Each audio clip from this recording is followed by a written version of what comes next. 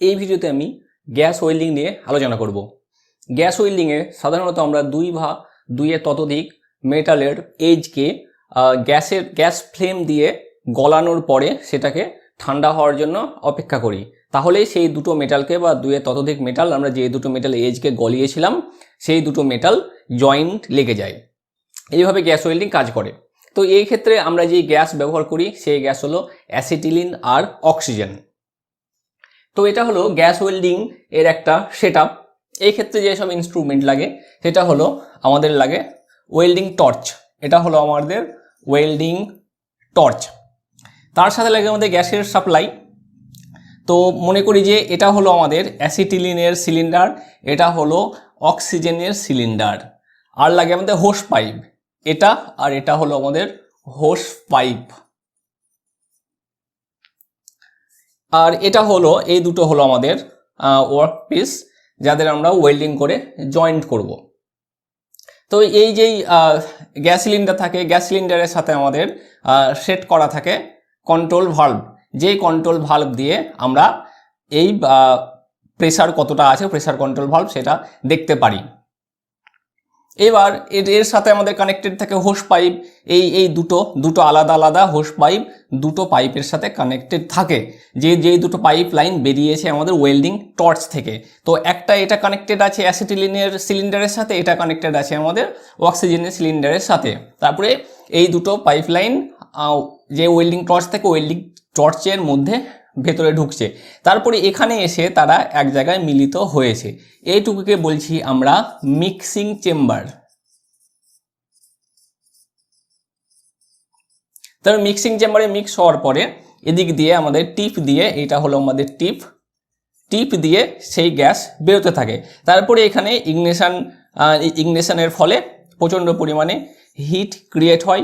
সেই হিট প্রায় 3300 degree Celsius, 3300 degree Celsius, প্রায় এত ডিগ্রি সেলসিয়াসের কাছাকাছি এখানে হিট ক্রিয়েট হয়।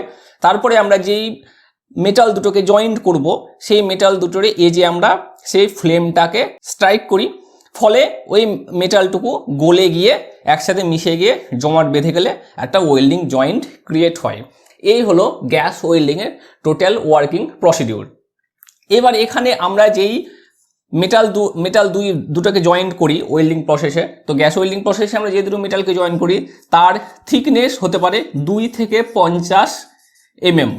এই থিকনেসের মেটালকে আমরা জয়েন করতে পারি, যেটা খুব বেশি পরিমাণ ভ্যারি করছে, 2 থেকে 50, অনেকটাই বেশি, যেগুলো আমরা অন্যান্য আর্ক ওয়েল্ডিং প্রসেসে জয়েন করতে পারতাম না।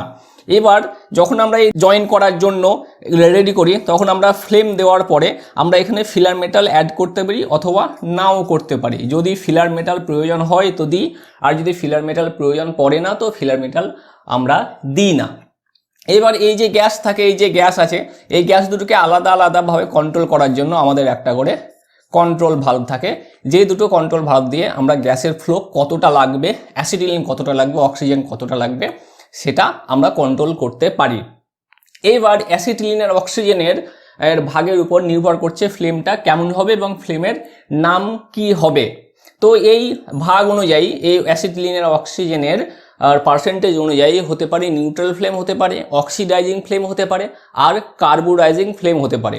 সেটা নিয়ে একটা সেপারেট ভিডিও বানানো আছে, সেটার লিঙ্ক আমি ডেসক্রিপশন বক্সে দিয়ে রাখবো, তোমরা সেই ভিডিওটা দেখে নেবে। তার উপর নির্ভর করেও কিন্তু আমাদের এখানে কতটা পরিমাণ হিট ক্রিয়েট হবে সেটাও আমাদের ডিপেন্ড করে। আর এই ক্ষেত্রে যে ওয়েল্ডিং টর্চ থাকে, ওয়েল্ডিং টর্চের টিপ মেটালের সাথে সাধারণত এই যে অ্যাঙ্গেলটা থাকে, অ্যাঙ্গেলটা 60 থেকে 70 ডিগ্রির মধ্যে রাখা হয়। আর যে ফিলার মেটাল আমরা অ্যাপ্লাই করি, যে ফিলার মেটাল দিই, ফিলার মেটাল সাধারণত আমরা এইভাবে ফিলার মেটাল দিই, তো সেটা 30 থেকে 40 ডিগ্রি অ্যাঙ্গেলে ফিলার মেটালটা অ্যাপ্লাই করা হয়, তাতে করে কি ওয়েল্ডিংটা করতে সুবিধা হয়। তো এটা আমরা যে কোনো ধরনের মেটালকে, ফেরাস নন ফেরাস যে কোনো ধরনের মেটালকে আমরা ওয়েল্ডিং করার জন্য ব্যবহার করতে পারি এই গ্যাস ওয়েল্ডিং প্রসেস। তো এই ভিডিওটি দেখার জন্য ধন্যবাদ। এই চ্যানেলের আরও আপডেটেড ভিডিওর জন্য এই চ্যানেলটিকে সাবস্ক্রাইব করো।